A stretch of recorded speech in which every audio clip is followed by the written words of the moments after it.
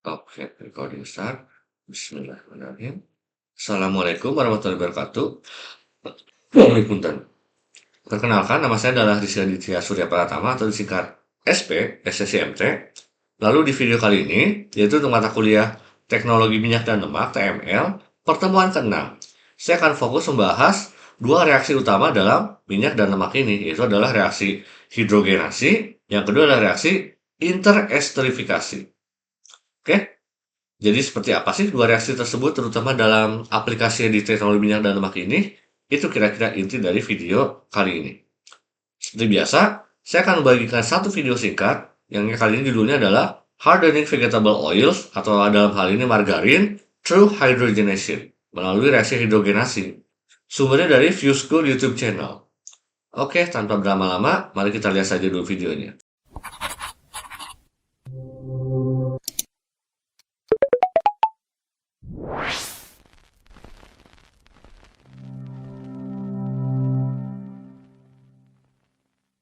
We have previously learned that an emulsion is a mixture of two immiscible liquids stabilized using an emulsifier. Margarine is a very good example of an emulsion. In this lesson, we will learn about margarine, what it is, how it is made, and a few key properties. Vegetable oils are polyunsaturated fats. You may be familiar with the term unsaturated to describe the presence of carbon-carbon double bonds within a hydrocarbon structure. So a polyunsaturated fat will have many carbon-carbon double bonds within its structure. These fats are normally liquids at room temperature. We can hydrogenate or add hydrogens to carbon-carbon double bonds via passing hydrogen gas over these molecules in the presence of a platinum catalyst at 60 degrees Celsius. This is, and you got it, a hydrogenation reaction. When these fats are hydrogenated, they are hardened. Hydrogenated fats have a higher melting point, and as a result, are usually solids at room temperature. Let's think about margarine and what it is used for. It is usually spread on bread or used in baking. We can use a spoon and scoop spoonfuls out. Margarine is usually stored in a plastic container, and it takes the shape of the container. Keeping in mind the properties and consistency of margarine, do you think all of the double bonds are hydrogenated, or only some of the double bonds in the hydrogenation process? Please pause the lesson to think about this, and resume once you are ready.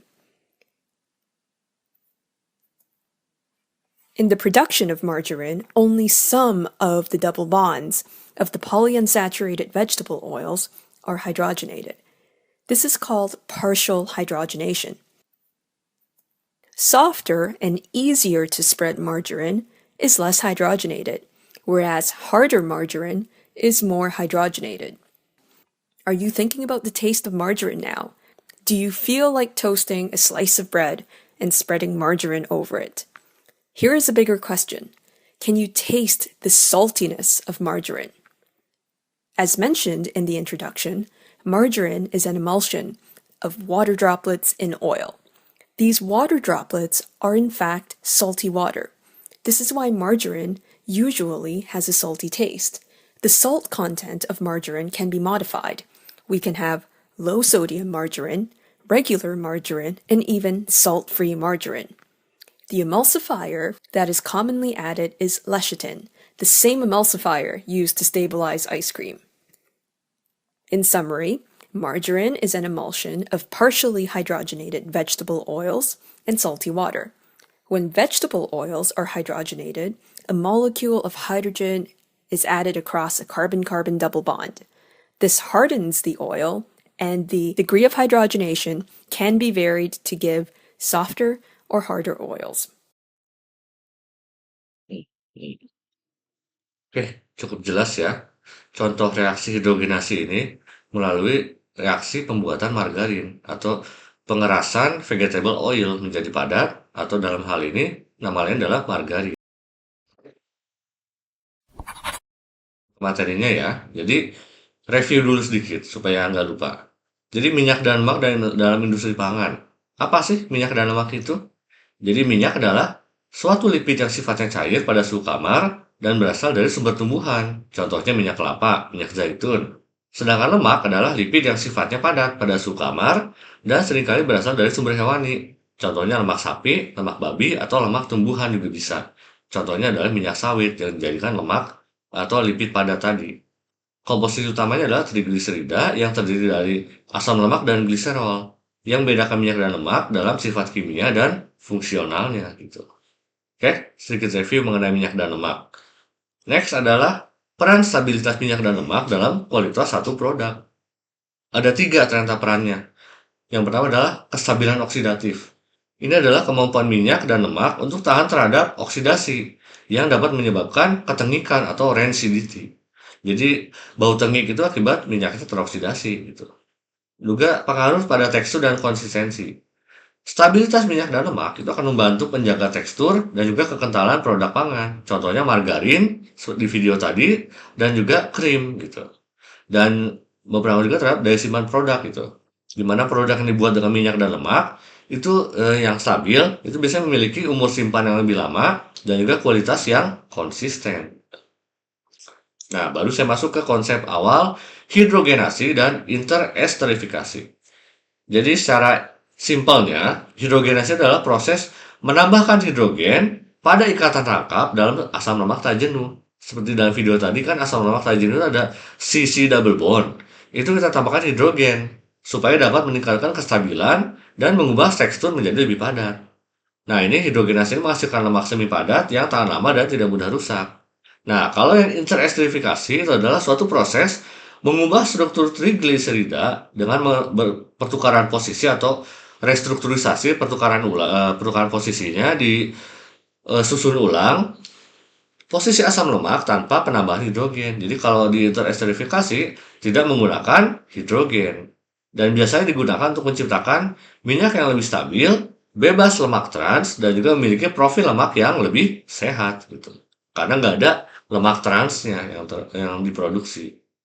So, kira-kira ya, konsep umum hidrogenasi dan interesterifikasi. Next, kita masuk ke hidrogenasi. Jadi ya, dari definisi sudah saya jelaskan tadi juga, hidrogenasi adalah penambahan hidrogen atau H2 ke dalam ikatan rangka pada asam lemak tak jenuh yang terdapat dalam minyak. Tujuannya, mengubah minyak cair menjadi lemak, baik itu yang semi padat ataupun padat, yang biasanya lebih stabil terhadap oksidasi. Lalu juga bisa meningkatkan tekstur dan umur simpan produk pangan seperti margarin dan juga shortening gitu. Reaksi kimia dasarnya seperti ini. Jadi hidrogenasi itu dapat mengubah ikatan rangkap dalam suatu rantai asam lemak menjadi ikatan tunggal dengan kita menambahkan atom hidrogen ke dalamnya. Jadi H2 ini akan bereaksi untuk mengubah ikatan rangkap ini menjadi ikatan tunggal. Jadi double bond dari double bond menjadi single bond. Kira-kira seperti itu. Next adalah tahapannya. Jadi proses hidrogenasi ini utamanya ada 3 tahap.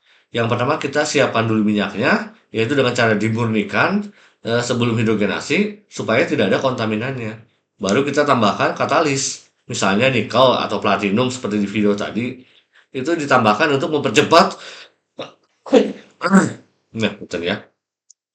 Jadi katalisnya itu ditambahkan untuk mempercepat reaksi hidrogenasi.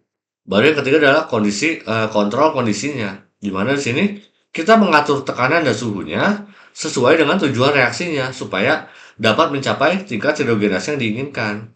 Biasanya settingnya itu adalah tekanannya tinggi. Contohnya tadi itu 3 atmosfer. Suhunya biasanya sekitar 150 derajat sampai 200 derajat Celcius gitu. Untuk melakukan proses hidrogenasi ini. Oke. Next adalah proses kedua itu interesterifikasi. Jadi by definition, itu adalah suatu proses yang melibatkan reaksi pengaturan ulang suatu molekul trigliserida tanpa penambahan hidrogen. Sehingga nantinya akan menghasilkan profil lemak baru yang diinginkan, yang utamanya lebih sehat karena bebas lemak trans. Tujuannya, yang pertama adalah untuk meningkatkan stabilitas produk minyak dan juga lemak tanpa menghasilkan lemak trans. Jadi lebih sehat gitu.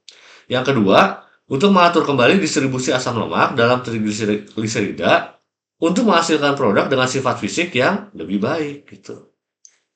Nah, Berikutnya adalah reaksi kimia interesterifikasi. Jadi, secara umum, interesterifikasi itu akan memodifikasi struktur trigliserida dengan menukar posisi asam lemak antar molekul atau di dalam molekul yang sama.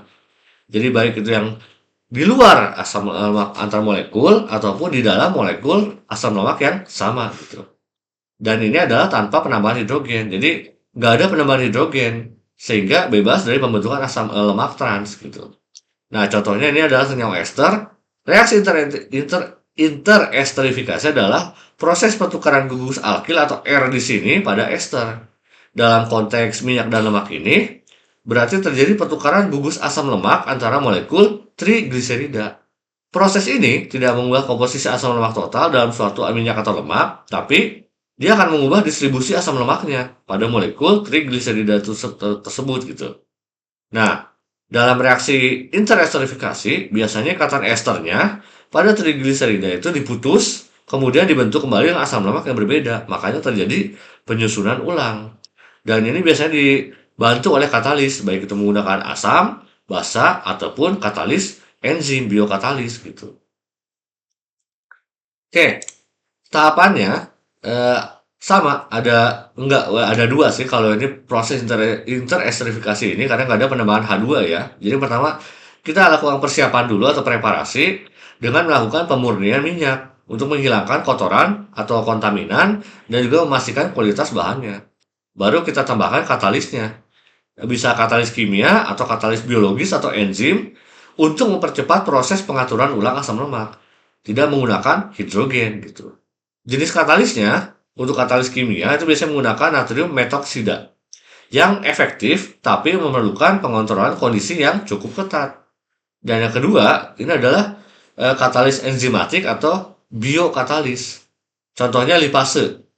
Untuk interesterifikasi yang lebih spesifik dan juga lebih lembut sehingga dapat menghasilkan kualitas produk yang lebih baik. Tapi biasanya kalau katalis enzimatik itu lebih mahal dibanding katalis kimia.